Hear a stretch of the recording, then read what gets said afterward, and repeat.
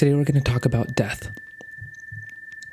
And the purpose of these talks is finding freedom. Freedom of the mind, freedom of the body, and freedom of the spirit is full freedom. And death comes into play first as a belief in the mind.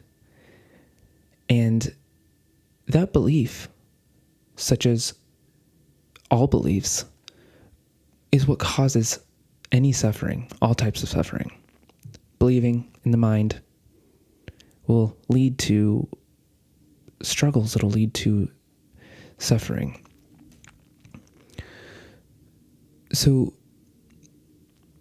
let's focus on the belief of death. What do we believe that it means? Death as a belief, as a thought, it is the annihilation of existence. I believe I'm going to die. I believe I will be annihilated, cease to exist. I believe that will happen. That thought causes me to suffer. It causes me to fear life. As this never-ending, approaching death gets closer and closer every single moment. It's a belief. We see our loved ones with our body. We use our mind, we use our eyes, part of our body, to experience our loved ones apparently dying. And the thing is, who I was when I began this talk 2 minutes ago, or whatever, I am not that anymore. That's death. And who I was when I began speaking, even at the very beginning of this sentence, that's the experience of death. Now, who I am is not annihilated. Who I am has not ceased to exist. Now, this may not make a lot of sense, but you will get there. But the next step is to take it another level into the body. So we've understood at least an abstract way of understanding what death isn't. But we know that it is an idea, at the very least, in the mind. Now, in the body, we'll put it through a third-party perspective. We see with our body, like I explained earlier, our loved ones dying. We experience that pain because of belief causes the pain. They're not going to be here anymore.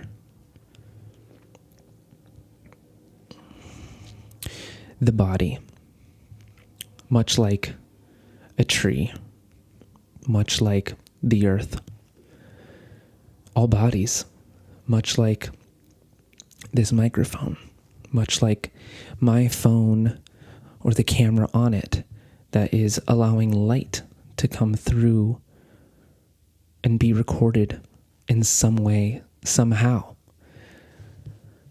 All bodies. And death means the change of these things into a new thing. All things. A tree, much like the body, when it so-called dies, is simply giving way to the universe to allow it to become what it's supposed to be now. So when this body dies, as we believe that it will, I will not be annihilated. I, as experiencing itself as being a part of this body, will simply change into what it's supposed to be now. Fighting this causes suffering. Believing this means the end causes suffering. It's a belief.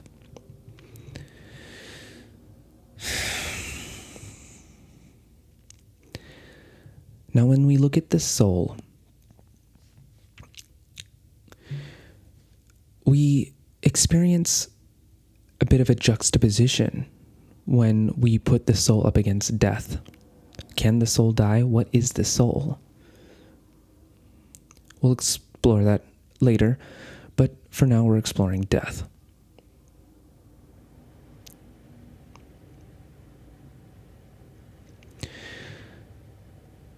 The soul, there is no opposite to what a soul is. There's an opposite to what this body appears to be. For instance, this body may appear to be what I would throw the label on as male, or 27 years old. Not real. I'm not really 27 years old. Time is an illusion, but we'll talk about that later. For now, we're talking about death being an illusion. The opposite to death, such as the opposite to this body, the opposite to death is not life. The opposite to death is birth. Death is the close or change into something else. And birth is kind of close to being almost exactly the same thing. However, birth is the opening from what once was into what is now. You're always experiencing death. That sentence, you're always experiencing death. What I just said right now versus when I said it earlier, they're not the same. The first one had to close and turn into this one, which this one being a past experience. And it happens now.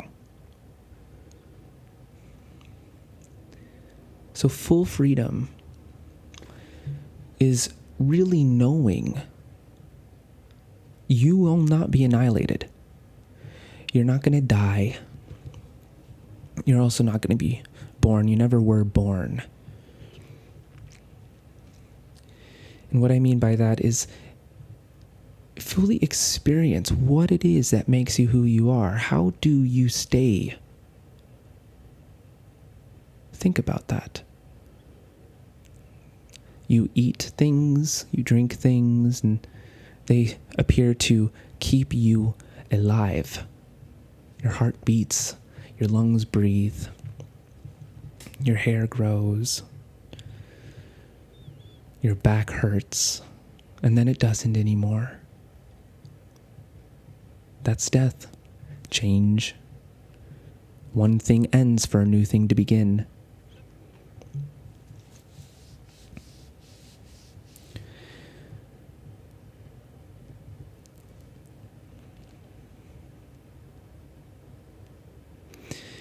You will not be born, and you never have been born.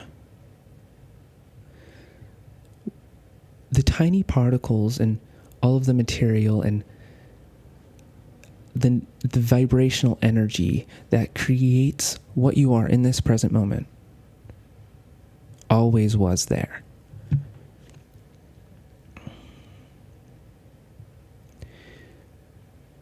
An apple that you eat came from the earth, through the roots of a tree, through the trunk of a tree, through the branches of this tree, all through its leaves and flowers, and through the process of change, it somehow became an apple. And we take it a little bit further, the process of change, that apple somehow becomes food. And through the process of change, that apple, that food somehow becomes our body. That's death. The apple dies and becomes us. We die and we become earth first.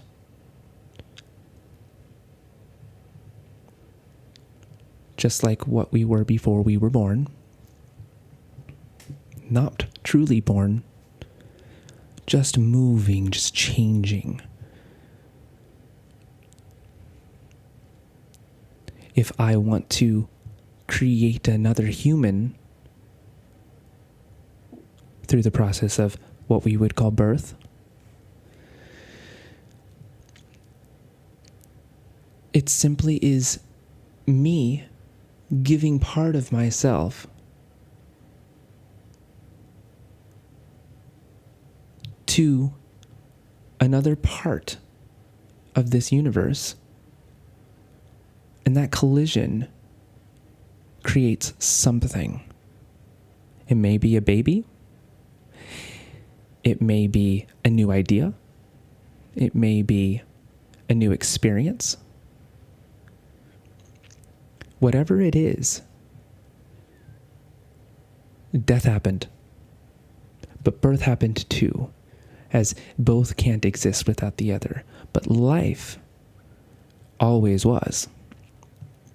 Just moving through what I would call me and what I would call them. And it just moves through us. Just like consciousness, energy, vibrational energy that creates the animation of my hand as I move it through space. But I'm not truly moving it. It's just happening, and I'm noticing that it's happening.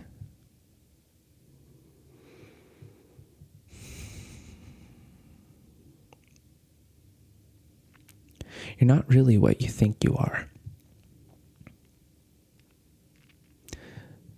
No thing is actually what you think it is. Question everything, especially that which causes suffering in your life. Notice first that you're putting a belief in front of your experience.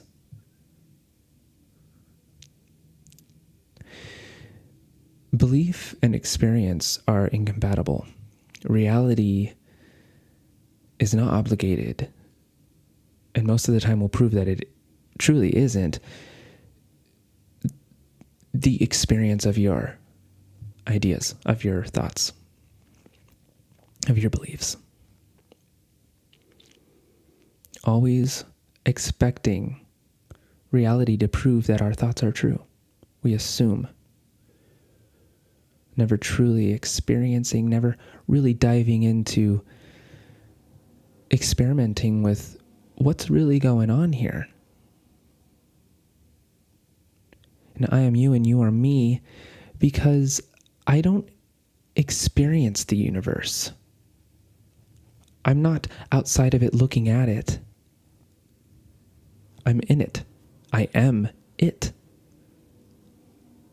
Inside of itself.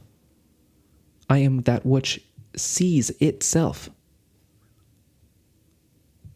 You, me, are part of it. It's one thing. The universe hasn't died, but we get to have that experience of the idea of death, change. It's on the level of being a human. We have this experience of changes through what we call time. And at a closer look, when you really think about it, past your ideas and past your beliefs, and you'll realize that once you get really deep into it, you're not really having a thought. You are having pure experience of secular movement. Time, as we like to call it. If it's 2:00 here right now, where I am, this body. I see the sun. My clock says 2:00. What really is happening in that moment is I'm defining the angle in which the sun is pointing toward this area of the earth. It's absurd to say that it's 2:00. It's simply here I am at this angle of the planet pointing out to space. It's absurd to say that I'm 27 years old. I mean, that's only a movement. It's only an angle of where I am. And where I am is truly everywhere. Same as you. We are inseparable. There's nothing I can do to separate myself from the universe. There's nothing that you can do to separate yourself from the things that are causing you pain in your life. We're always running away from bad ideas or suffering thoughts, and we're always running toward something that will give us some sensation of relief. Always running. Never really sit and realize that it doesn't matter if we move this body or not. We're always moving, changing. It's beautiful. It's a beautiful experience.